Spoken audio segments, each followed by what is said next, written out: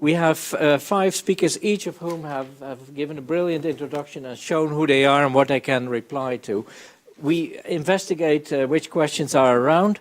After that, we ask the speakers for a final round of comment. If that's okay, then I give first the floor to Thierry. Good afternoon.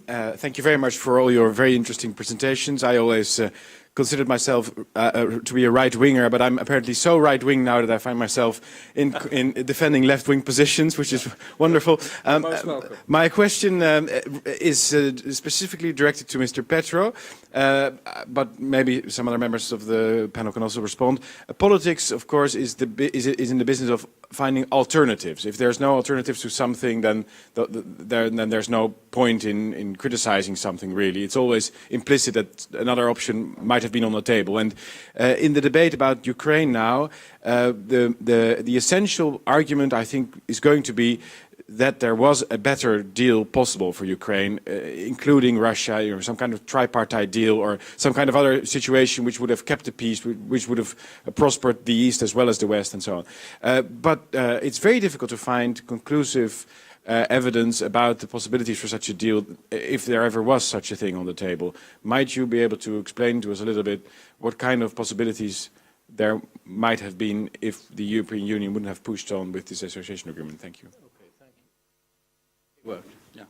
My name is Ewout van der Hoog. I'm spokesman for the Comité van Waakzaamheid. We are alert on the revival of fascism, and we are successors of the people in the 30s who saw Hitler Germany coming to us.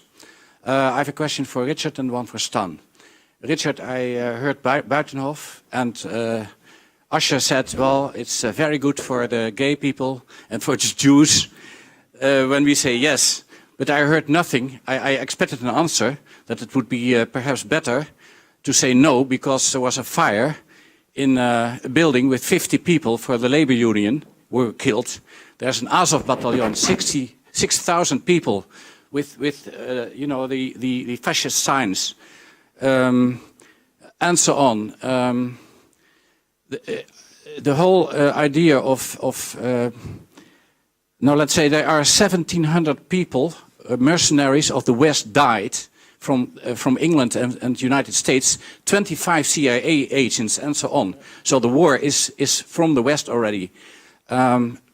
Because 2 milliardaires, Poroshenko and the other guy who wants to be, you know, in control of the East, they have their own groups with mafia, with the Orthodox Church and so on. Okay, the question is, why didn't you, I missed the class position, that it is bad for the workers in Ukraine. They want a normal life, I hear the economy is going down, etc. I missed the whole class position. And for Stan, the 44 Q&As for the ministers, I heard also Usher, he's just repeating, oh, it's not for the European Union, and so on. So can you tell me something about the marionette, you know, the puppet on a string thing, Usher for the whole government? Okay, that's all. Okay, thank you, Yeah. Ewout.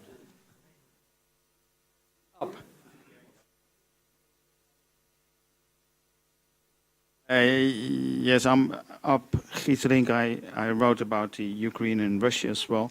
I got 2 questions and statements. One is not our long-term goal to say we need an association treaty with Russia, including the Ukraine? So we need our strategy in future has to be to make a treaty with Russia, and that can include Ukraine and all countries around it. That's my first statement, and my second statement and question is, we didn't speak about the social question. It is sad that about when we sign this, 2, 3, 4 million Ukrainians will come to the west of Europe to work here and make a lot of people here unemployed, and especially threatened the base of our labor market. This is a very important thing, because I think this is the reason we will win. Because people feel threatened. Maybe you can, and this is understandable as well, So maybe you can comment on that. Sorry. Thank you, Ab. Ab actually is a filmmaker who has made a documentary, if I'm not mistaken, about the Crimea. Okay. Great. Okay. Hello, my name is Niels Jongerius. I also campaign on the No side on behalf of ASO-Verdrag Nee, Transnational Institute participates as well as On Europa. I went to the Ukraine a couple of weeks ago, and I had some observations there that weren't necessarily part of the discussion yet, so I would like to pose a question concerning that. In my observations in Ukraine, both peoples that most people that I met, both from the yes side and the no side, said that the economic and political elite, the oligarchy, is the main problem for them to move forward. A lot of your observations have been about state-to-state relationships. Could you please give us some ideas how we as citizens or citizens groups can engage with Ukrainians that want to change their society and help them overcome this problem of the oligarchy? Thank you. If there are no more pressing questions, because I'm looking at the time, we have a quarter of an hour now. If I can ask, it's an unfair question, but if I can ask you to keep yourself to 3 minutes and each of you reply to those elements that you found most pertinent for your topic. Let's just follow the sequence that we had. So we begin with Nikolai. I don't believe there is any alternative to a comprehensive settlement over all of Europe that includes Russia. Every war that has ever been fought that actually ends, rather than simply feeding the production of a new war, has to have a comprehensive settlement. When that comprehensive settlement didn't come about, it simply laid the foundations for a new war. It seems that the end of the Cold War was not ended by a comprehensive thought about how to now bring the primary enemy, which was essentially Russia, the inheritor of the Soviet Union, into a new stable relationship on different premises that with Europe in economics, in politics, and in security.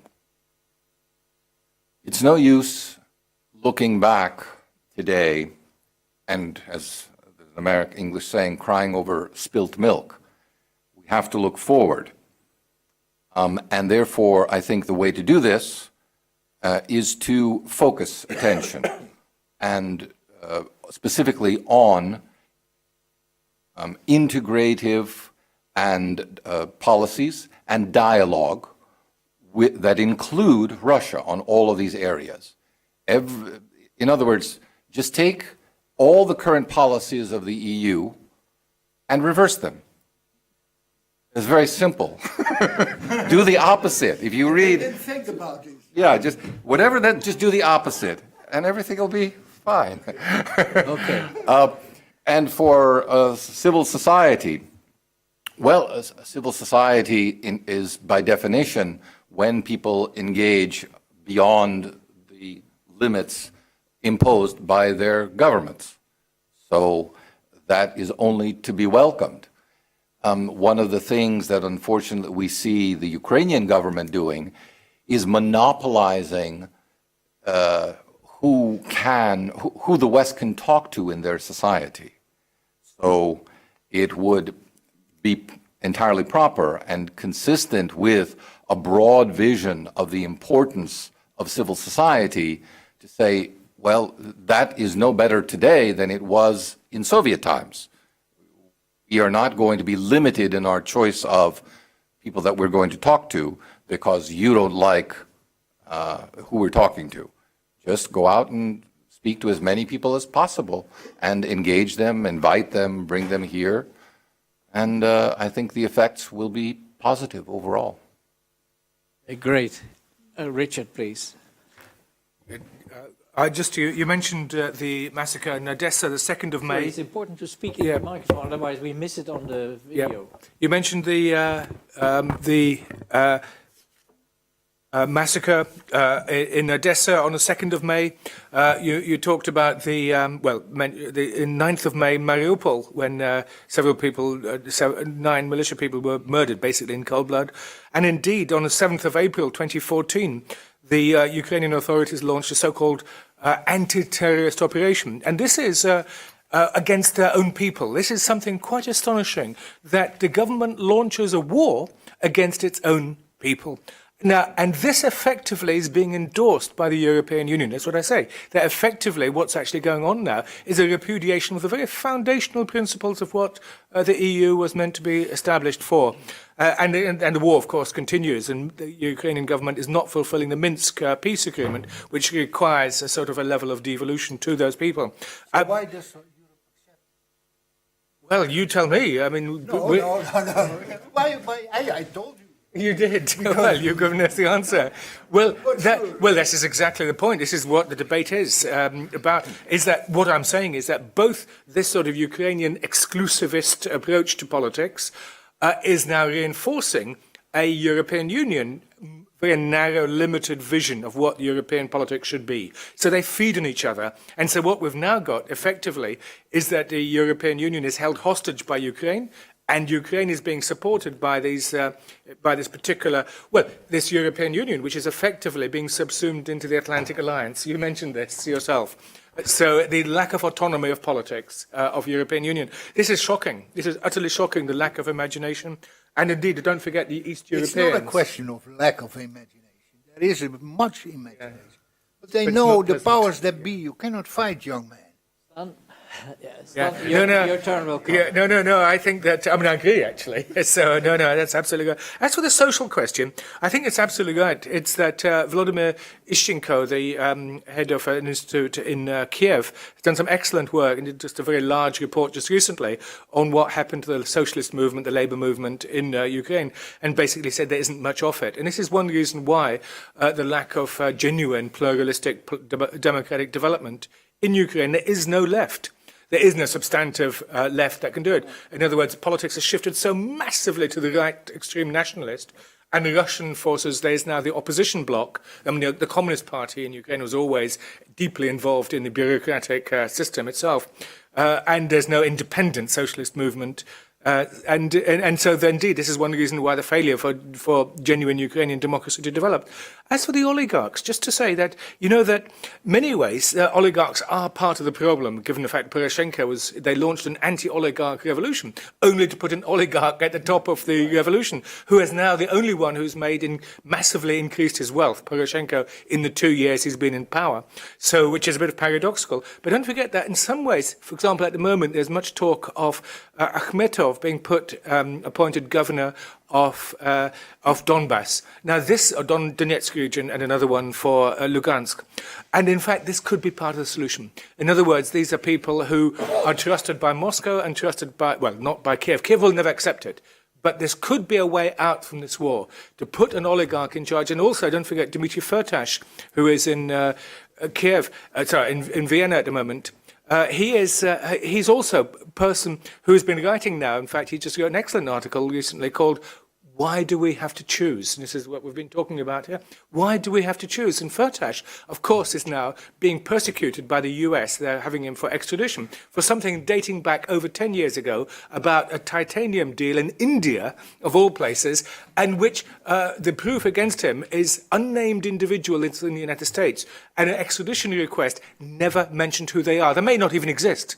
It's an absolutely farcical case. Fortunately, one has to say, give all credit to the Viennese, to the Austrians. They refused the US extradition request. Now the US have appealed against it, and it's now continuing. So in the next few weeks, months, we should get a decision. But the point is, they pulled Firtash out from Ukrainian politics. He could have been a moderating voice in all of this. That's because he is precisely one more balanced and looking both ways. So it's a mess. But oligarchs, just simply condemnation of oligarchs isn't enough. Which oligarchs do you have in mind? Yeah. Okay, thank you, Richard. André. In Deutsch or English? Well, in this case, it's better known in English. Okay, I try. I just want to mention some of the points made by you. The question of was there a better deal, a trilateral deal? I think is a central question for your campaign. And I just quoted what Azarov, is the other side, told me. You will be told by de Gucht and the others probably the contrary. I think we have to do more research on this, and I will try as well to find out more proofs about this. What I mentioned coming from Azarov. But as I see the whole treaty, the treaty itself as it is puts the Ukraine on the decision, EU or Russia. It's the architecture of the treaty. So it seems to me a treaty which leads to these consequences we are facing now. On the question of class politics by Eberhard, I think, and I have a lot of debates with Ukrainian leftists. They try to, with those leftists who try to put away the question of the geopolitics. And they try to make Skype conferences between mine workers from Western Ukraine and mine workers from Donbass. And they all agreed on that Skype conference, because they cannot meet physically because they are in war. They all agreed about all issues of oligarchs and so on. We have to get rid of the oligarchs. And after this conference, they both went back to the one side to the Ukrainian military, the other side to the brigades and fought and shoot each other. So I told the Ukrainian leftists, we have to find a solution on the geopolitical issue, on the war, and it is in the interest of the working class in Ukraine that there has a softening of this confrontation between East and West. But coming to my central point, we really need a new Eastern politics of European Union. This is the essential point. And to get this, I know about this, how strong European Union is, how to say, it's controlled from the US, but inside itself they are self-controlled, if you want. But the only way to get a new Eastern politics is crisis. Without crisis, there will be no change. And the crisis will come, because this politics is in dead end. And it's better to have a political state crisis, like coming out of the referendum, and have the debate now, than to have the consequences of this very wrong Eastern politics of European Union. It's not about just Ukraine. It's Moldova. Moldova is even worse. It's the same association treaty. It's even worse. It's the countries of former Yugoslavia. They have no perspectives. And last point was a question of migrants coming from Ukraine. We will have massive refugees coming out of this crisis. And this is, as we saw now from Syria, and this will be the same with Eastern, the failure of Eastern politics of European Union. Okay, thank you. And now I must ask, because we want to have Chris de Ploeg here in front to present his book, so I must ask the Dutch speakers to summarize very briefly what they want to say. Then I will only concentrate not on the questions on the social issues, because they are surely there. And if something goes wrong, and this treaty could lead that things go totally wrong, that the industry is destroyed in Ukraine, that the agriculture is becoming part of multinationals who are now already there, Monsanto, Bayer, Dow, and then the consequences will be there. There are already millions of Ukrainians working in Russia, and millions will come, not immediately to us, they will immediately go to Poland, but then from Poland people will come to us. So we have to be aware this treaty could lead to these consequences. But I will concentrate on the question that Thierry Baudet posed. Was a better solution possible? I think André made it clear, yes, it seemed that a better position was possible, a result was possible, but it did not happen. And as we should not cry about spilt milk, we should realize that if we vote no, what will be the immediate consequence if the Dutch vote no? It will be that there have to be new negotiations on how we are going along with this treaty. It cannot continue as it is. Parts of it belong to the European Union, but parts belong to the 28 member states, amongst which the Netherlands. If we say no, there have to be new negotiations. And then as André said, there are so many politicians, also those who are now in favor of yes, they know that this Eastern policy is in shambles, that it went wrong. And they also are looking for an excuse, I think, after this referendum, an excuse to restart negotiations, to get the Russians in, because if the Russians are out, it costs them a lot of money, it costs us a lot of money, and it destroys Ukraine. So if we vote no, it's really the most progressive thing that you can do, because then we will have new negotiations in which we can repair the things that went wrong in the past, and they did not only went wrong on the side of the European Union because Russia was stubborn, Russia was not wise, Russia also is misusing its power in Ukraine.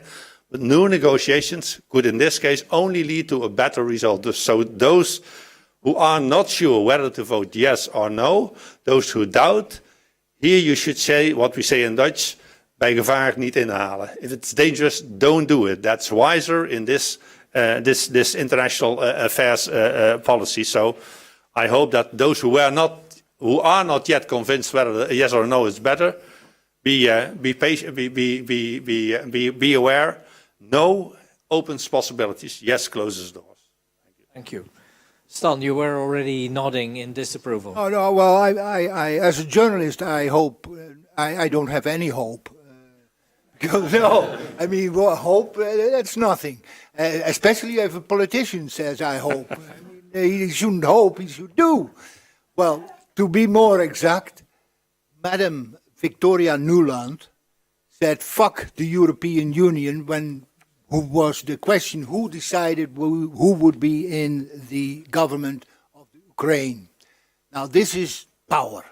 And this is the real, it's not what this gentleman says. He hopes, well, everybody hopes once in a while. Yeah. But you have to look at how real power works. And the Americans, I want to add one thing to that. Mrs. Nuland is the wife of Robert Kagan. Robert Kagan was one of the most important supporters of the illegal invasion in Iraq. He is one of the. This lady is in the government of Obama, because there is no fundamental difference between Obama or Bush or Madam Clinton, etc. They are exactly the same. They serve the same powers that be. Okay. No. Let me just say that they are financed by the powers that be. Yeah. So if you are financed by someone, you're not going to hurt his interests. And I want one more thing. What is the European Union? That is the union who made this week an accord with Turkey to destroy the International Refugee Treaty. Oh, what are we talking about? Human rights and democracy? It's all total nonsense. Okay, we leave it at that, Stan, because otherwise we. Okay, thanks to all the speakers for their comments.